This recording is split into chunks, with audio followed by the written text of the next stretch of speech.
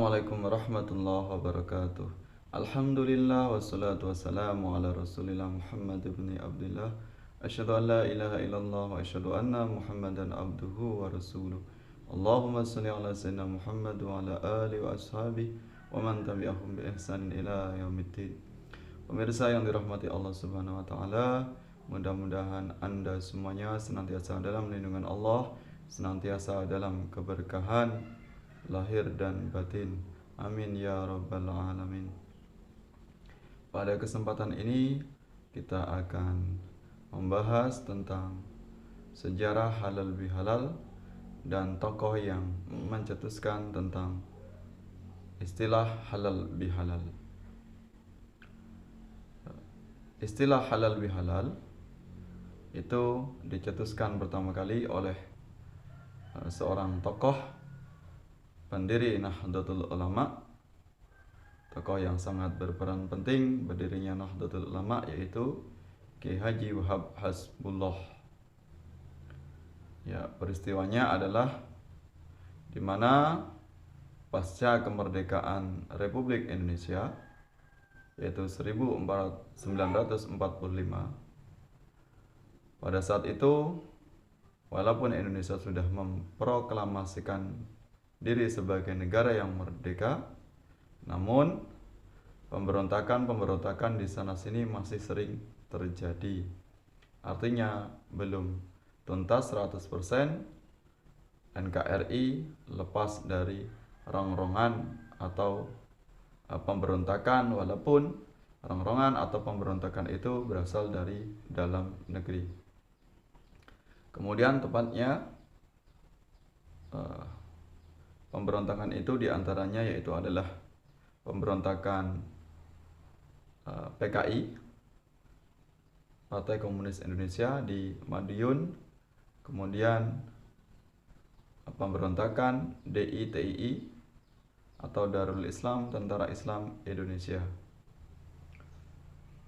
Kemudian pasca 1945, yaitu tepatnya pada tahun 1948,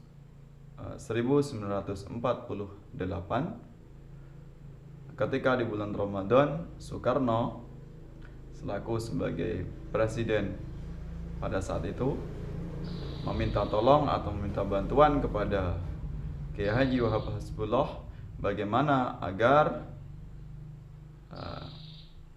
rakyat Indonesia bisa bersatu kembali, tidak terjadi pertikaian antar kelompok, kemudian tidak saling tuding menuding, tidak saling curiga mencurigai.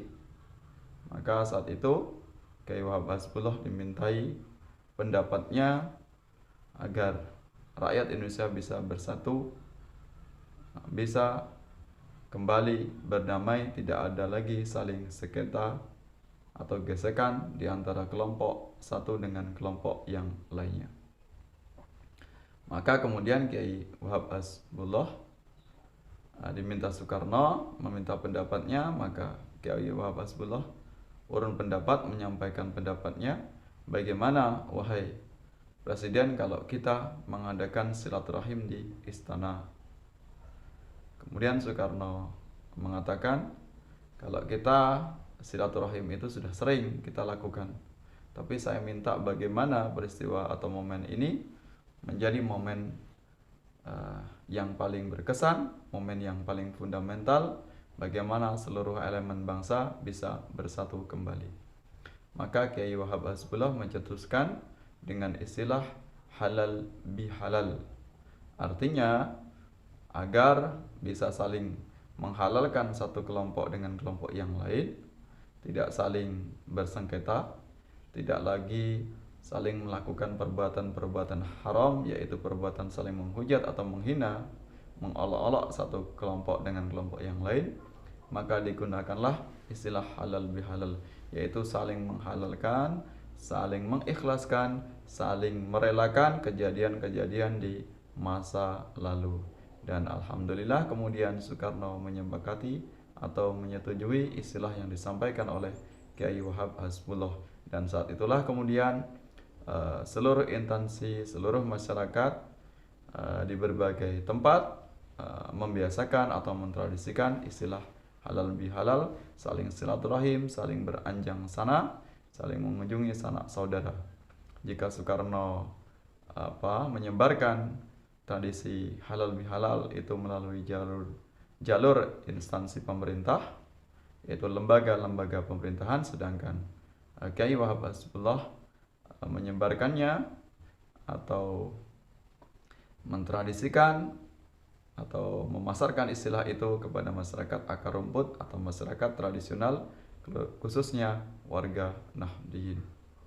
Kemudian kalau kita tengok dalam sejarahnya, ternyata tradisi halal bihalal sebelumnya sudah ada, walaupun belum menggunakan istilah halal bihalal.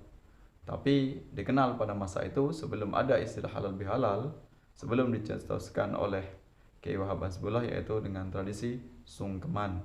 Tradisi sungkeman ini adalah tradisi yang sudah lama dilakukan oleh masyarakat, terutama masyarakat Jawa, yaitu dibiasakan atau dipelopori oleh Raja Mangkunegara I, atau dikenal dengan Pangeran Samber Nyawo. Ya, raja pada saat itu mengundang seluruh punggawa atau seluruh pegawai istana untuk mengadakan tradisi sungkeman. Jadi termasuk rakyat dan para penjaga kerajaan, pegawai kerajaan, semuanya bersimpuh sungkeman kepada sang raja. Kemudian tradisi itu dibiasakan dari masyarakat ke masyarakat yang lain, itu dibiasakan dari kelompok yang muda kemudian meminta maaf atau sungkeman kepada kelompok yang lebih tua, atau dari seorang anak kepada kedua orang tuanya. Begitulah tradisi sungkeman yang belum mendapat istilah atau belum menggunakan istilah halal bihalal. Jelaslah bagi kita semuanya bahwasanya para pendiri bangsa kita, kemudian para ulama yang menyebarkan ajaran Islam di Nusantara, membiasakan atau membuat sebuah tradisi-tradisi yang itu memang tidak ada dalam ajaran Islam secara tekstual, secara letterlek, tapi tradisi-tradisi itu tidak bertentangan dengan ajaran Islam.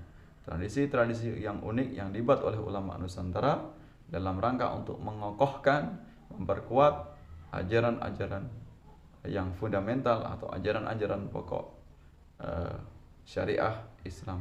Maka kita sebagai umat muslim Nusantara yang mengamalkan ajaran Islam Nusantara, maka hendaknya kita mempertegang teguh ajaran Islam yang kita anut, ajaran yang dibawa oleh Rasulullah SAW, tapi dengan bungkus atau dengan tetap menggunakan tradisi-tradisi yang arif, tradisi-tradisi yang baik, tradisi yang tidak bertentangan dengan ajaran Islam yang ada di Nusantara. Mudah-mudahan ada manfaatnya. Mohon maaf atas segala khilaf. Wallahu muwaffiq ila aqwamit thariq.